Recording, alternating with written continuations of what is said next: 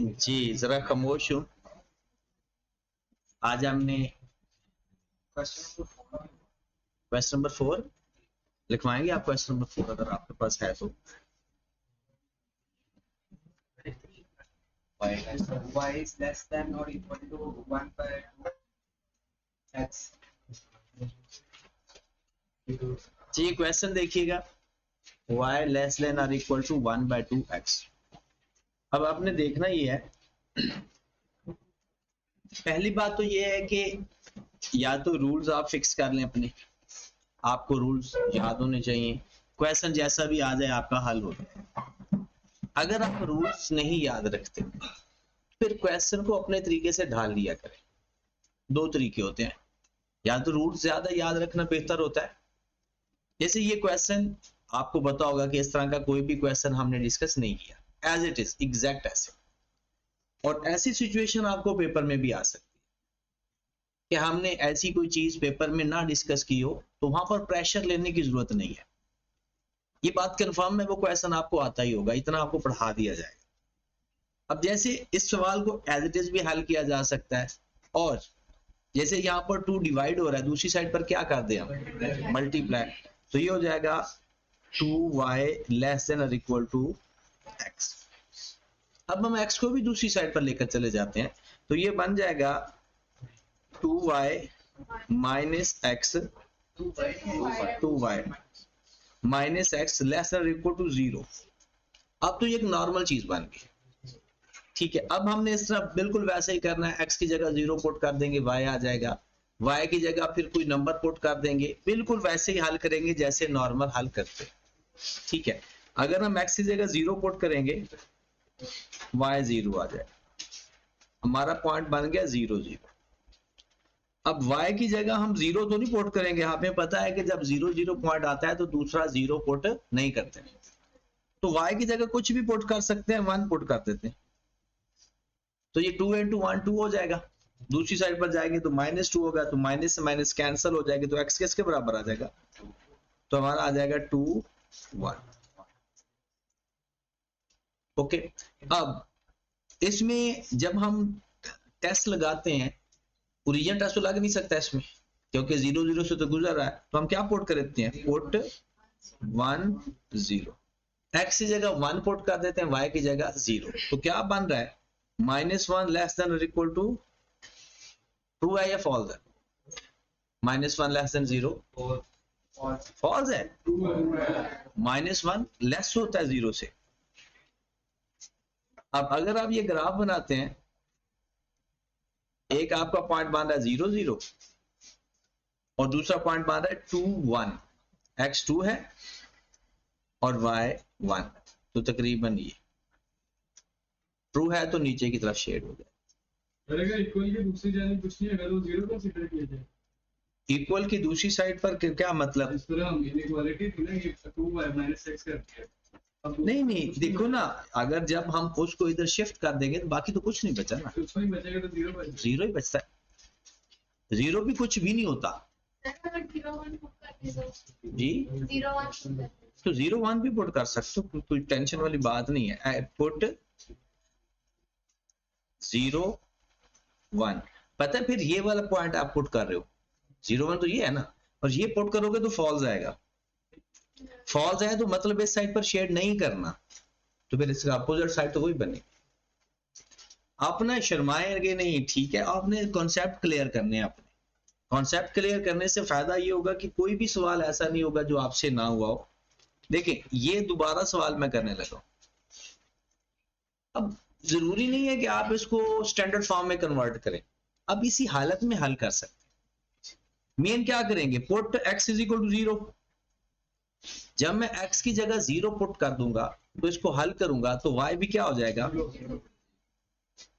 0 0। अब ये तो मुझे पता चल गया कि जब एक पॉइंट मेरा 0 0 हो जाता है, फिर दूसरी दफा मैं 0 नहीं पुट करता। ये बात समझ है ना, तो अब पुट क्या करें, y इज इक्वल टू 1 या 2 वट एवर। इसी इक्वेशन में ये जो गिवन है आपके पास, y की जगह 1 पुट कर, y की जगह 1 पुट कर देंगे, क्योंकि इक्वल रखकर हम हल करते हैं, तो ये 2 इधर चला जाएगा, तो 2 इज इक्वल टू, तो x फिर भी 2 आ जाएगा। तो लाइन तो वही बनेगी, लाइन तो सेम बन रही है। अब जब लाइन हमारी सेम बन रही है, अब हम शेड करते हैं और इसी में शेड देखते हैं। इसमें पुट कर दो पुट 1 0। अब x की जगह 1 पुट करना है, y की जगह 0 पुट करना है, तो y 0 हो गया 1/2। 0 लेस देन 1/2, क्या ये ट्रू है या फॉल्स है? 0 लेस देन 1/2 ट्रू है, ट्रू है तो फिर इधर ही शेड होगा। ये थोड़ा सा ना कॉन्फिडेंस डेवलप करना, या दूसरे लफ्जों में अगर मैं कहूं तो आप बड़े हो जाओ, ठीक है, बचपना से निकलो। अब चीजों को ना फेस करना सीखना है। कोई भी सिचुएशन ऐसी नहीं है कि जो आपसे हल ना हो सके, ठीक है, हिम्मत करनी है और मेरे आने से पहले वो हल हो जानी चाहिए, कि आपको हल फुल कोशिश करनी है, पूरी रात लगा दो चाहे, लेकिन उसका कोई हल निकाल के आओ, चीजों से अवॉइड ही नहीं करना। हाँ जी, नेक्स्ट और कुछ सवाल है तो पूछो। क्वाड्रेंट वो दिया होगा, कंडीशन दी होगी x और y ग्रेटर देन 0, तो हम लाइन ड्रा करेंगे वो सिर्फ फर्स्ट क्वाड्रेंट नहीं। अच्छा, ये सब कहते हैं कि अगर आपको कंडीशन गिवन हो कि आप फर्स्ट क्वाड्रेंट में, तो लाइन जितनी मर्जी लंबी ड्रा कर सकते हैं, शेड सिर्फ फर्स्ट क्वाड्रेंट में रहना चाहिए। लाइन चाहे आप फर्स्ट क्वाड्रेंट से बाहर भी ले जा सकते हैं, लेकिन शेड फर्स्ट क्वाड्रेंट से बाहर नहीं जाना चाहिए। अब आज हमने 2-3 कॉन्सेप्ट आगे डिस्कस करने। अब पहले कॉन्सेप्ट का नाम है, जो आज का हमारा टारगेट है, बाउंडेड और अनबाउंडेड रीजन सीखना है। बाउंडेड और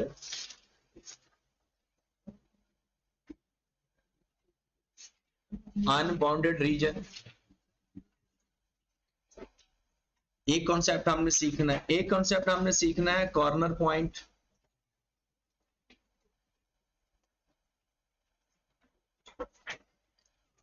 और थोड़ा सा आज डिस्कस करना है, मेन हमारा टारगेट कल का है ऑप्टिमल। लोग इसको बोलते हैं ऑप्टिमल सॉल्यूशन, तो हम भी वही बोल लेते हैं फिलहाल। इनका मतलब भी सीखेंगे। बाउंडेड और अनबाउंडेड रीजन का मतलब पता होना चाहिए प्रैक्टिकल भी, और कॉर्नर पॉइंट क्या कहते हैं हमें, और ऑप्टिमल सॉल्यूशन होता क्या है। तो एक लाइन पहले अज्यूम करते हैं,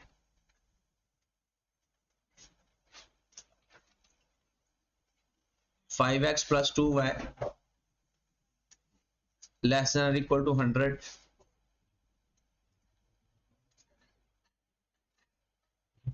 उसके बाद 3x plus 5y less than equal to 150।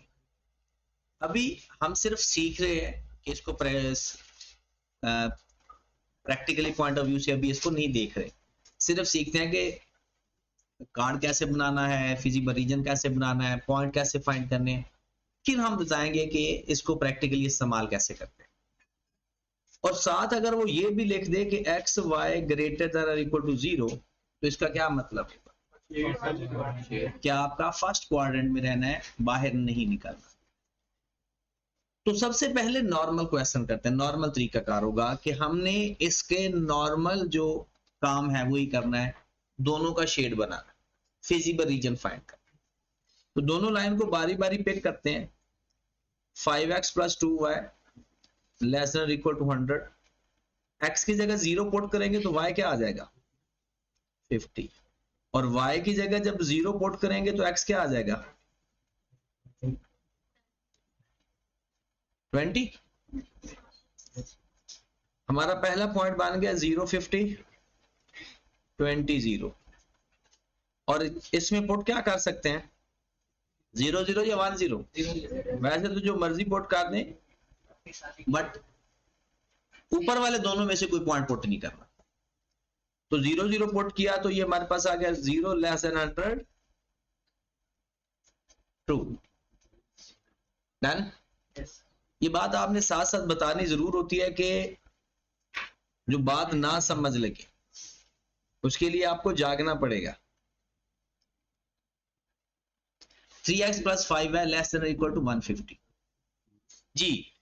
x की जगह 0 पुट करते हैं, y क्या आएगा 30, y की जगह 0 पुट करें, x क्या आएगा,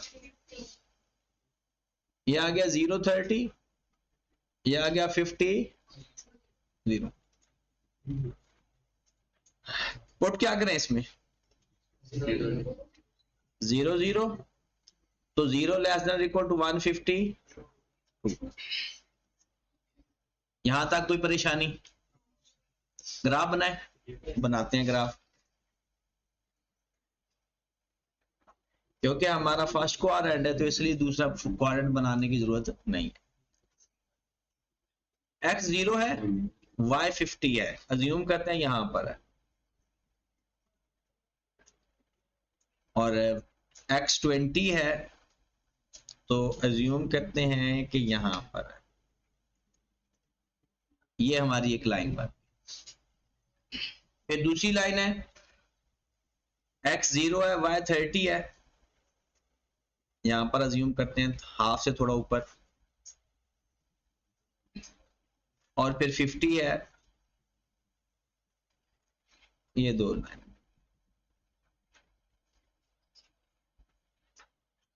अब सबसे पहले इस सवाल के अंदर मैंने आपको 3 चीजें सिखानी है। पहला तो बाउंडेड और अनबाउंडेड रीजन के बारे में एक साइड पे बॉक्स बना लें या साइड पे एक नोट्स बना लें, जो भी आपने बनाना है, कि बाउंडेड और अनबाउंडेड रीजन का मतलब क्या है। आपके फर्स्ट क्वाड्रेंट में 1 2 3 4 रीजन है टोटल, 3 बाउंडेड है और एक अनबाउंडेड है, पता चल गया? 3 बाउंडेड है और एक अनबाउंडेड है, तो मतलब पता चला अनबाउंडेड क्या होता है और बाउंडेड क्या होता है। बाउंडेड जिसकी आल साइड पर बाउंड्री हो, और अनबाउंडेड जो कम से कम किसी एक साइड से अनबाउंडेड हो, मतलब उसकी बाउंड्री एक साइड से ना हो। बिल्कुल हो सकती है, बाउंडेड रीजन भी एक से ज्यादा हो सकते हैं, अनबाउंडेड रीजन भी एक से ज्यादा हो सकते हैं। तो अनबाउंडेड बेसिकली होता क्या है, जिसकी हर साइड से बाउंड्री, यार बातें ना करें प्लीज। अनबाउंडेड क्या होता है, अनबाउंडेड होता है जिसकी चारों साइड पर बाउंड्री ना हो, और अगर चारों साइड पर बाउंड्री हो तो उसे क्या बोलते हैं, बाउंडेड। अब इसका एक मैथमेटिकली टर्म भी है, अगर चारों साइड पर बाउंड्री है उसे बोलते हैं polygon.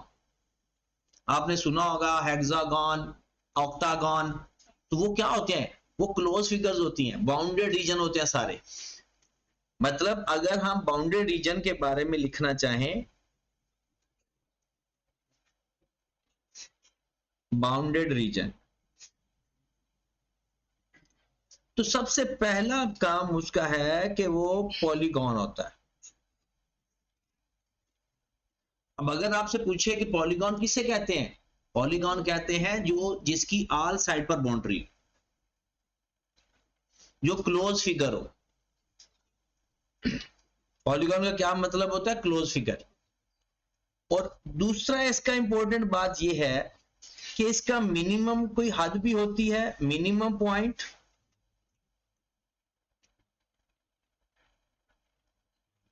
As well as maximum point. मतलब समझ लगा? देखिए आपकी बाउंड्री है ना, तो उसकी कोई मिनिमम हद भी होगी और मैक्सिमम हद भी होगी। जाहिर सी बात है, उसने अगर मैक्सिमम जाना है तो एक जगह पर रुक जाना है, और अगर मिनिमम जाना है तो एक जगह पे रुक जाना है। लेफ्ट साइड पे जाना भी तो बाउंड्री खत्म हो जाएगी, राइट साइड पर जाएगी भी तो बाउंड्री खत्म हो जाएगी। ऐसा नहीं हो सकता कि कोई एक साइड अनलिमिटेड हो। बाउंडेड है ना, तो बाउंडेड का मतलब है बाउंड्री खत्म होनी होनी है, एक हद खत्म हो जानी है। तो बाउंडेड रीजन क्या हुआ, जिसका कोई मिनिमम पॉइंट भी होगा, उसका कोई मैक्सिमम पॉइंट भी होगा। और अनबाउंडेड क्या होगा भला, अनबाउंडेड उसका मिनिमम पॉइंट तो होगा, मैक्सिमम पॉइंट नहीं होगा। मिनिमम पॉइंट होगा, मैक्सिमम पॉइंट नहीं होगा। और वो पॉलीगॉन भी नहीं होगा, क्योंकि पॉलीगॉन का मतलब क्या है, क्लोज। और अगर क्लोज हो गया वो तो बाउंडेड बन गया। तो अनबाउंडेड के बारे में फिर लिखें, unbounded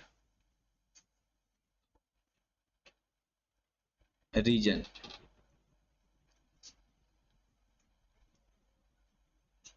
number 1 non polygon,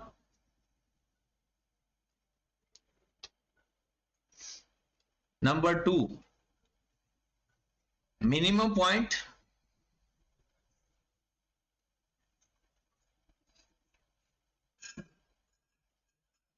but not maximum point. ये समझा रहा है minimum requirement. Minimum point but not maximum point. Unbounded region का यहां पर ये आपके सामने है, ये जो रीजन 2 है ये अनबाउंडेड है। अब इसकी नीचे तो कोई बाउंड्री है, जब ये नीचे आएगा इसकी हद आ जाएगी, लिमिट आ जाएगी, लेकिन अगर ये ऊपर की तरफ जाएगा कोई लिमिट नहीं है, हद नहीं है इसकी। तो इसका मिनिमम पॉइंट तो होगा जब नीचे, बाउंड्री का मतलब क्या है, जैसे लाइन आई उसका एरिया खत्म हो गया, जैसे लाइन आई उसका एरिया खत्म हो गया। लेकिन जब ये ऊपर की तरफ जाएगा तो आगे कोई बाउंड्री नहीं है। अगर बाउंड्री आ जाएगी तो मतलब वो भी बाउंडेड हो जाएगा। तो अनबाउंडेड क्या हुआ, जिसका कोई मिनिमम पॉइंट तो होगा बट मैक्सिमम पॉइंट नहीं होगा। और बाउंडेड क्या होगा, उसका कोई मिनिमम पॉइंट भी होगा और कोई मैक्सिमम पॉइंट भी होगा। तो अनबाउंडेड के लिए जब भी कभी हमने कोई डिसीजन लेना होगा, वो मिनिमम के लिए तो ले सकेंगे, मैक्सिमम के लिए कभी कोई डिसीजन नहीं ले सकेंगे, क्योंकि उसकी उस हद नहीं हो। बाउंडेड अनबाउंडेड क्लियर हुआ। बाउंडेड पॉलीगॉन होता है, मिनिमम पॉइंट भी हो सकता है, मैक्सिमम भी हो सकता है। अनबाउंडेड नॉन पॉलीगॉन होता है, मिनिमम पॉइंट हो सकता है, मैक्सिमम पॉइंट नहीं हो सकता। लाइन ऑफ एक्सिस भी बाउंड्री है कंसीडर। हाँ जी, वो तो पहली बाउंड्री होती वही है, 4 हिस्से बना देते हैं, वो बाउंड्री ही कंसीडर हो रही होती है। नेक्स्ट हमारे पास आ गया, इसी क्वेश्चन में हम इसका शेडेड रीजन फाइंड कर रहे हैं। मैं दोबारा ग्राफ, आप क्या ना बनाइएगा, मैं दोबारा बना देता हूं। एक लाइन हमारी कुछ इस तरह से है, एक लाइन कुछ इस तरह से है, यहाँ पर 50 है, यहाँ पर 30 है, यहाँ पर 20 है और यहाँ पर 50 है।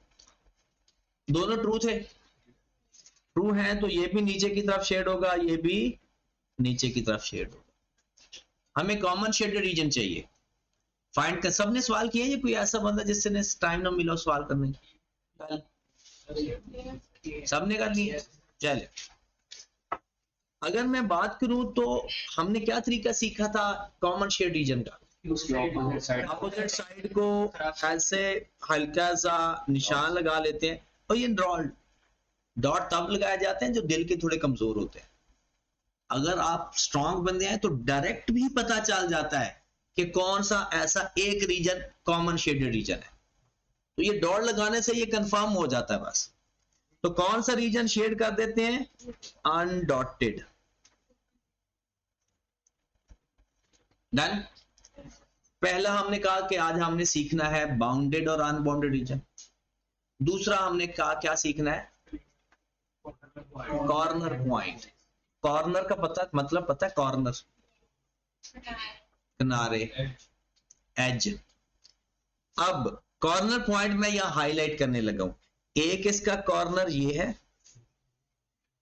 एक इसका कॉर्नर ये है, 3-4 कॉर्नर मैंने निशान लगा दिए। इनके नाम भी रख लेते हैं। ये नाम हो गया O, A, B और C। फाइंड क्या करना है?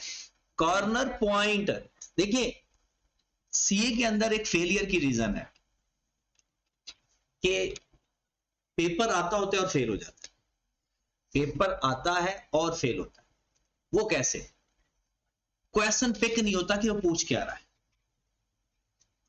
मतलब सवाल सारा किताब याद है, जब वो सवाल पूछता है ना तो हम कुछ और लिख बैठते हैं। जो वो पूछता है वो भी हमें आता होता है, बट पिक नहीं हो पाता कि वो ये पूछ रहा है। बिल्कुल ऐसी जब लफ्ज क्या पूछ रहा है? Corner point. जब लफ्ज पॉइंट आता है ना मैथ के अंदर, इसका मतलब है वो एक्स वाई पूछ रहा है। पॉइंट में तो होता ही एक्स वाई है ना, तो वो पूछ भी रहा है पॉइंट और कॉर्नर पॉइंट। अब जब उसने कॉर्नर पॉइंट पूछा तो क्या आप बता सकते हो ये जो ओ है इसका x क्या है और y क्या है? 0 0। इसका मतलब है एक कॉर्नर पॉइंट हो गया आपका 0 0। क्या आप a के बारे में बता सकते हो?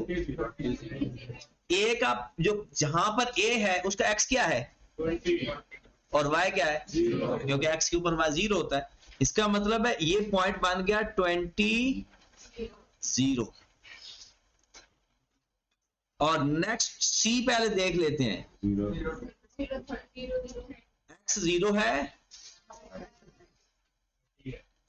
अब बाकी रह गया a corner, that is b। अच्छा, कैलकुलेटर आप सब लोगों ने ले लिया है ना, या भी लेने हैं? अच्छा, अगर लेने हैं ना तो कोशिश करना कि आपने जो कैलकुलेटर लेना है ना वो लेना 991 ES लेना, EX ना लेना, वो अलाउ नहीं है।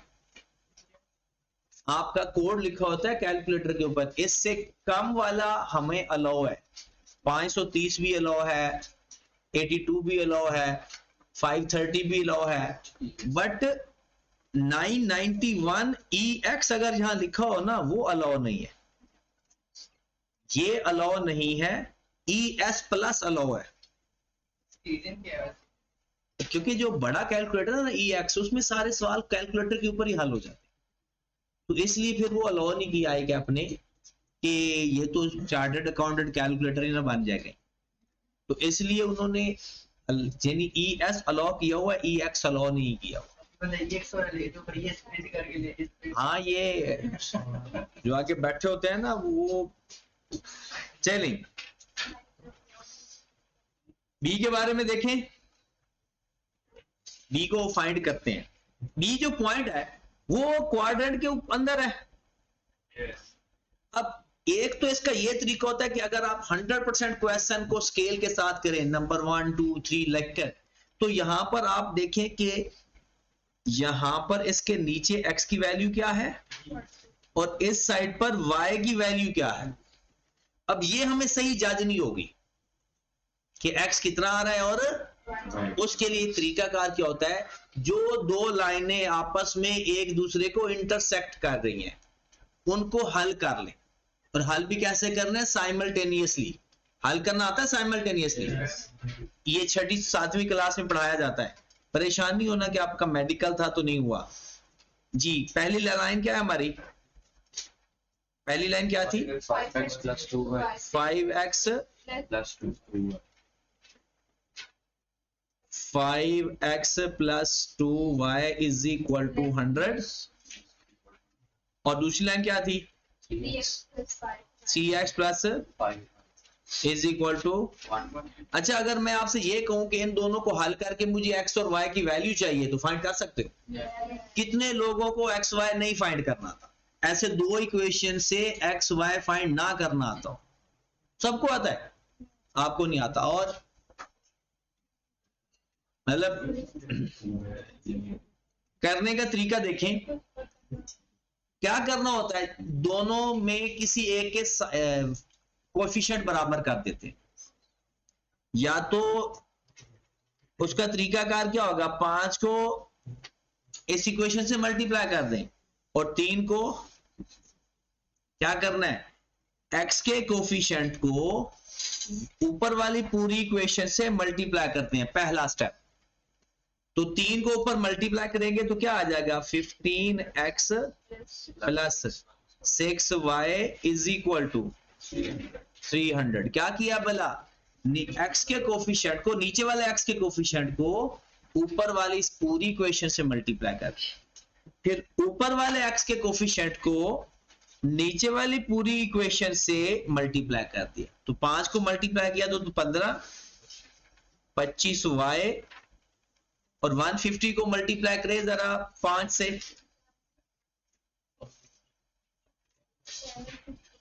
अब हम इसका क्या करेंगे, इनको कर देते हैं आपस में माइनस, तो ये वाला कैंसिल हो जाता है। 6 माइनस 25y माइनस 19y, और 300 माइनस 750 माइनस, अब माइनस से माइनस कैंसिल हो गया, y इज इक्वल टू कितना आ गया, 19 को डिवाइड करते हैं जाके 23.68। अब ऐसा करें कि फ्रैक्शन में बताएं कितना आ रहा है, फ्रैक्शन में 450 ओवर, मतलब ये कैंसल आउट नहीं हो रहा, तो यही आंसर है। ये हमारे पास y आ गया। क्या किया हमने, सबसे पहला काम किया, नीचे वाले x के कोफिशिएंट को ऊपर वाली इक्वेशन से मल्टीप्लाई किया, ऊपर वाले x के कोफिशिएंट को नीचे वाली इक्वेशन से मल्टीप्लाई किया, हमारे पास 2 पॉइंट आ गए। मल्टीप्लाई करने के बाद अगला काम क्या किया हमने, सब्ट्रैक्ट किया, तो यहां से y की वैल्यू आ गई, एक नंबर आ जाएगा। अब क्या करेंगे, अगला स्टेप क्या होता है, इस y की वैल्यू को ऊपर इसमें या इसमें, दोनों में से किसी एक में पुट कर दो। y की वैल्यू ऊपर किसी में भी पुट कर दो, जो आपको आसान लगे। हमारे पास पहली वैल्यू क्या है, 5x प्लस 2 और y की जगह लिख दें 450 ओवर 19 इज इक्वल टू 100। अब इसको कैसे हल करेंगे, ये नंबर दूसरी साइड पर जाकर माइनस कर दें और 5 को जाकर डिवाइड कर दें, मतलब 5x is equal to 100 minus 900 over 19। ये हमारे पास आ गया 5x is equal to 1000 over, हल करना आता है ना, कैलकुलेटर में पुट कर देंगे 100 माइनस 900 ओवर 90। अब 5 इधर मल्टीप्लाई है, उधर जाकर क्या हो जाएगा, डिवाइड, तो डिवाइड कर दो। हाँ जी, कितना आ जाएगा, 200 ओवर 90। 5 डिवाइड होना है ना, तो 1000 पे डिवाइड हो जाएगा 5।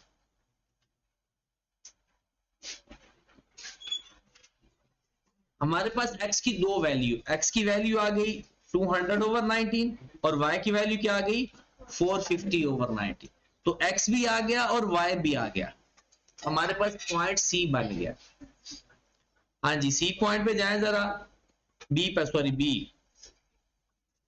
x कितना आ गया 200 ओवर और y कितना आ गया 450 ओवर 90। ओके, क्या देखें, मैथमेटिकल था पहले जी सर। आप पहली बात, जो 2 लाइनें एक दूसरे को क्रॉस करेंगी उनको हमने हल करना है, दोनों को पिक करें।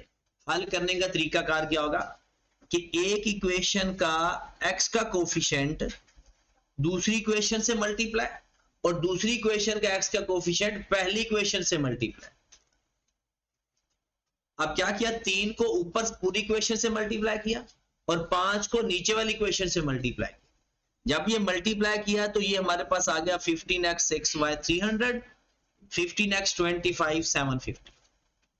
फिर हमने इसको माइनस किया तो x से x कैंसिल हो गया, उसको हल किया तो हमारे पास y की वैल्यू आ गई। अब इस y की वैल्यू को हमने पुट करना है ऊपर किसी एक इक्वेशन, उसको साइमल्टेनियसली हल करेंगे तो हमारे पास क्या आ जाएगा, x की वैल्यू। अब आप ऐसा करें, अगर जिसके पास कैलकुलेटर है वो कैलकुलेटर निकालें और जिसके पास कैलकुलेटर नहीं है वो साथ देख लें। आपने अपने कैलकुलेटर पे, हमारी इक्वेशन ये है 2x plus 5y is equal to 100 है, और दूसरी इक्वेशन कौन सी है 5x plus 3y is equal to 150। आपने कैलकुलेटर पे ना मॉड प्रेस करें, अपने कैलकुलेटर पे मॉड प्रेस करें। जैसे हम मॉड प्रेस करेंगे ना तो आपके स्क्रीन के ऊपर 5 नंबर पे इक्वेशन लिखा होगा, मिल गया। मॉड प्रेस करने के बाद अगला स्टेप है 5 नंबर पे इक्वेशन लिखा होगा, तो इसका मतलब है आप 5 प्रेस करोगे। पहले मॉड प्रेस करना है, मॉड प्रेस करोगे तो आगे आपके स्क्रीन में काफी सारे ऑप्शन आ रहे होंगे, तो 5 नंबर पे मॉड आ रहा, इक्वेशन आ रहा होगा। मिल गया? चलें जी। उसके बाद आपने जैसे ही 5 पुट प्रेस किया, आगे इक्वेशंस की टाइप खुल जाएंगी। आपने जहां पर लिखा होगा ना, हर एक के कैलकुलेटर पे हो सकता है डिफरेंट हो, आपके कैलकुलेटर पे 1 होगा, 1 की जगह लिखा होगा ax plus B Y is equal to C. BNY मिल गया? ax plus B Y is equal to C. आपने फिर 1 प्रेस कर देना। जैसे ही आपने 1 प्रेस किया तो आपकी स्क्रीन के ऊपर ए बी सी नजर आ रहा होगा।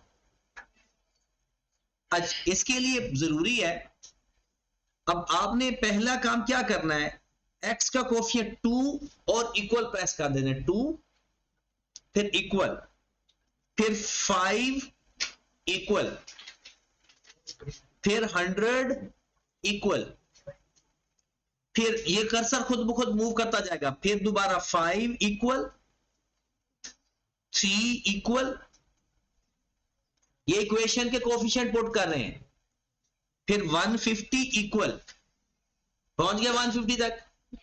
अपना 150 के इक्वल के बाद दोबारा इक्वल प्रेस करेंगे तो आपके पास x की वैल्यू आ जाएगी 200/19, सॉरी 450/19, और अगेन आप इक्वल प्रेस करें तो y की वैल्यू आ जाएगी।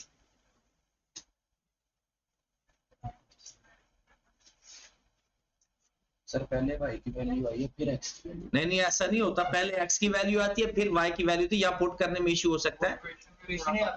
हाँ, अच्छा, इक्वेशन आगे पीछे हो गई है। अच्छा, ये पुट्ठा लिखा हुआ है,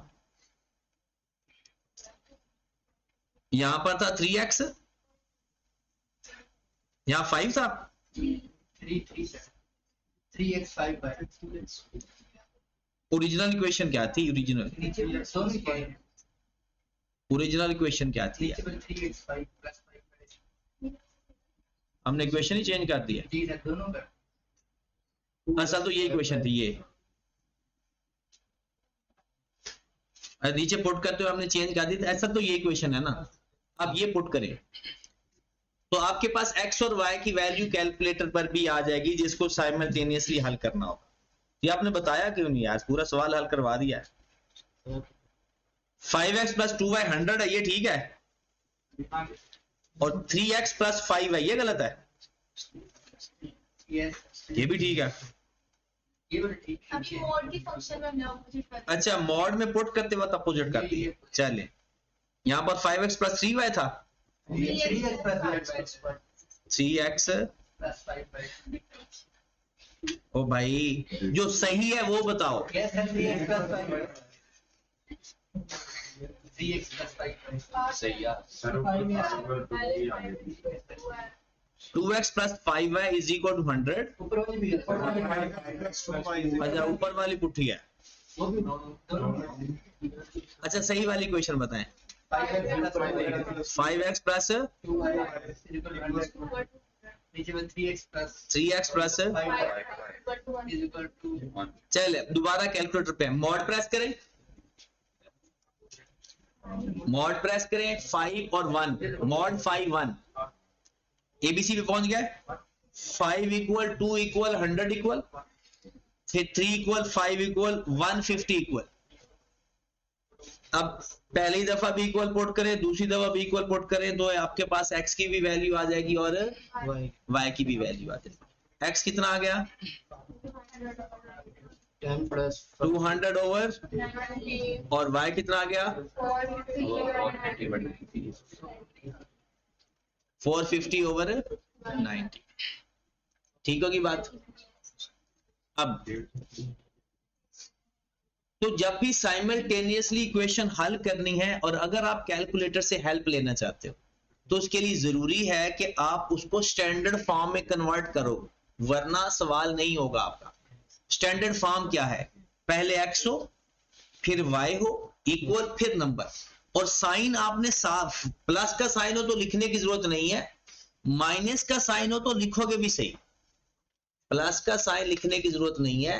अगर माइनस का साइन होता तो माइनस का साइन साथ लिखते भी जरूर, ठीक है। तो इस तब आपका ये कैलकुलेटर पर भी हल हो जाएगा मामला। तो अब हमने कैलकुलेटर भी करना है और बार बार इसको खुद नहीं हल करना साइमल्टेनियसली। हाँ, हमें आना चाहिए साइमल्टेनियसली हल करना, लेकिन कैलकुलेटर पे हमने अपना टाइम सेव करना है और आगे बढ़ना है। अच्छा, अब कॉर्नर पॉइंट आगे समझ या दोबारा बताओ? देखें, जब भी आपके पास इस तरह से कोई भी लाइन हो और अगर आपको कॉर्नर पॉइंट चाहिए तो जो तो एक्स और वाई प्लेन के ऊपर होंगे, एक्स एक्सिस के ऊपर और वाई एक्सिस के ऊपर, वो तो डायरेक्ट पता चल जाएगा। जो क्वाड्रेंट के ऊपर होंगे उसको कैसे हल करेंगे? वो दोनों इक्वेशन पिक करेंगे और साइमल्टेनियसली हल कर रहे। ठीक होगी बात? चलें जी, लास्ट बात, ऑप्टिमल सॉल्यूशन।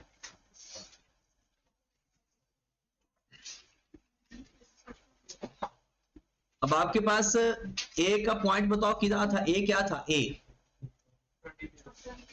पॉइंट क्या था? 20 और 0। बी क्या फाइंड हुआ? 200/19 और 450/19। और सी क्या था? 030।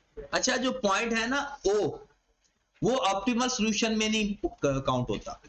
कॉर्नर पॉइंट है ओरिजिन वाला, वो कॉर्नर पॉइंट है, लेकिन ऑप्टिमल सॉल्यूशन में इस्तेमाल नहीं होता। ऑप्टिमल सॉल्यूशन होता क्या है कल डिटेल में सीखेंगे। आज सिर्फ इतना बताऊंगा कि आपको ना एक बताया गया होगा क्वेश्चन के अंदर, एक जी फंक्शन या कोई भी फंक्शन। अब वो फंक्शन दो टाइप का हो सकता है, फायदे का फंक्शन, नुकसान का फंक्शन। वो असल में फंक्शन होता क्या है, पहले तो हम यही पढ़ते आए हैं ना कि एक फंक्शन गिवन होता है, उसमें वैल्यू पुट कर देते हैं, लेकिन वो फंक्शन फायदे का भी हो सकता है, नुकसान का भी हो सकता है। मिसाल के तौर पर वो फंक्शन हम लिखते हैं कि सपोज वो 10x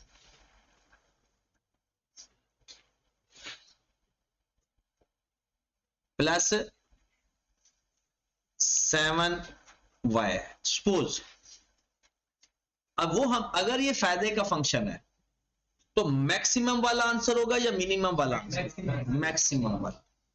और अगर ये नुकसान का फंक्शन है, मिनिमम वाला। करना क्या है, हमने सारे कॉर्नर पॉइंट के एक्स वाई इस ऑप्टिमल फंक्शन में पुट करने, मतलब एक्स की जगह एक्स की वैल्यू, वाई की जगह वाई की वैल्यू, और एक आंसर फाइंड करना है।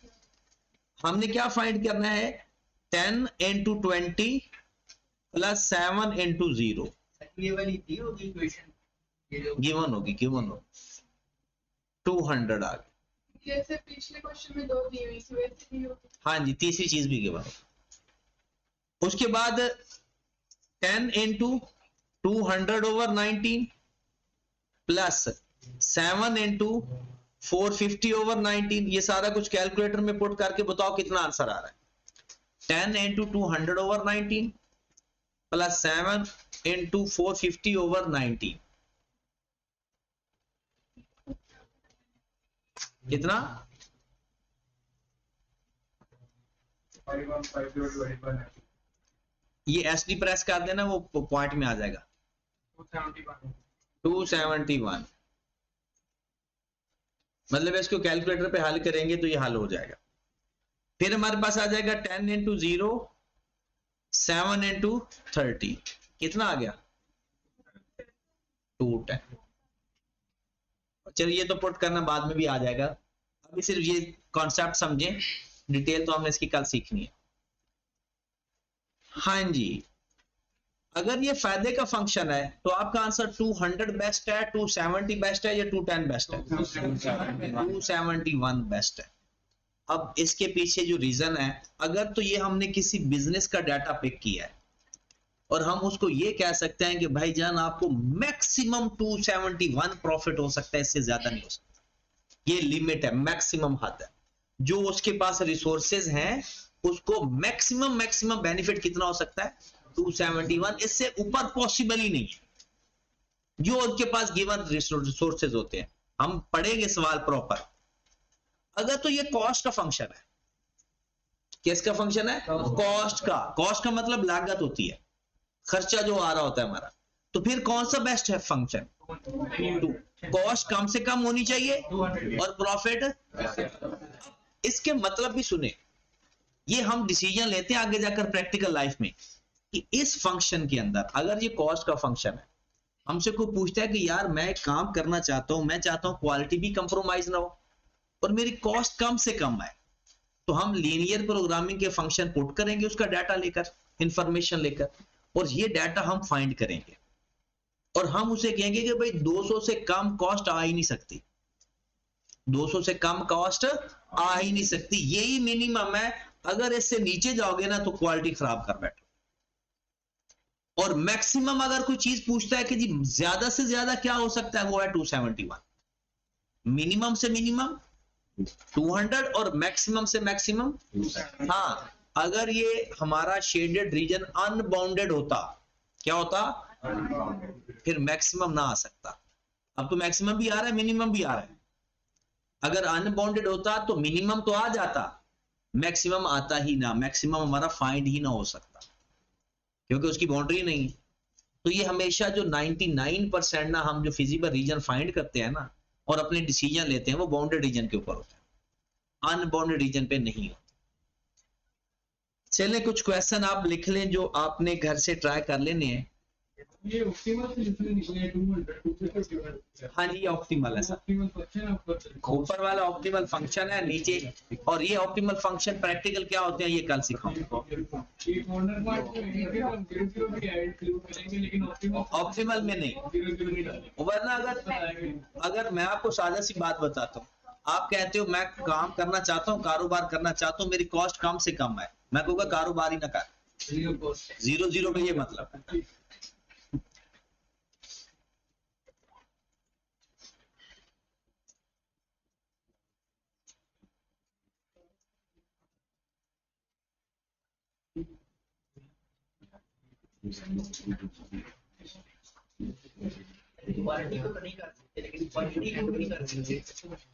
क्वांटिटी के बारे में वो पहले बता देता है।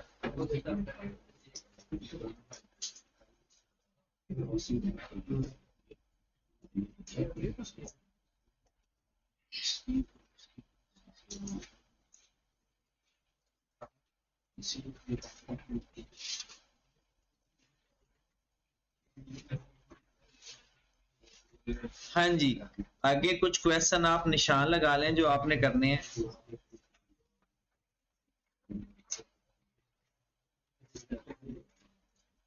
एक तो क्वेश्चन नंबर 20 को निशान लगाएं। पेज है, क्वेश्चन के नाम लिख लिया करें, 118 118 पेज।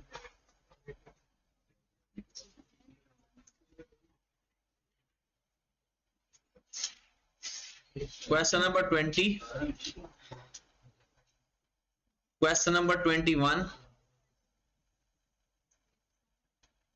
20, 21, फिर 23, 25, 26,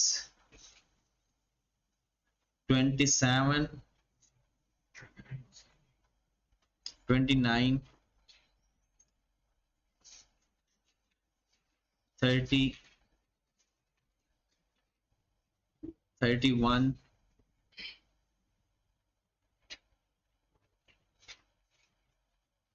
32 नहीं करना अभी,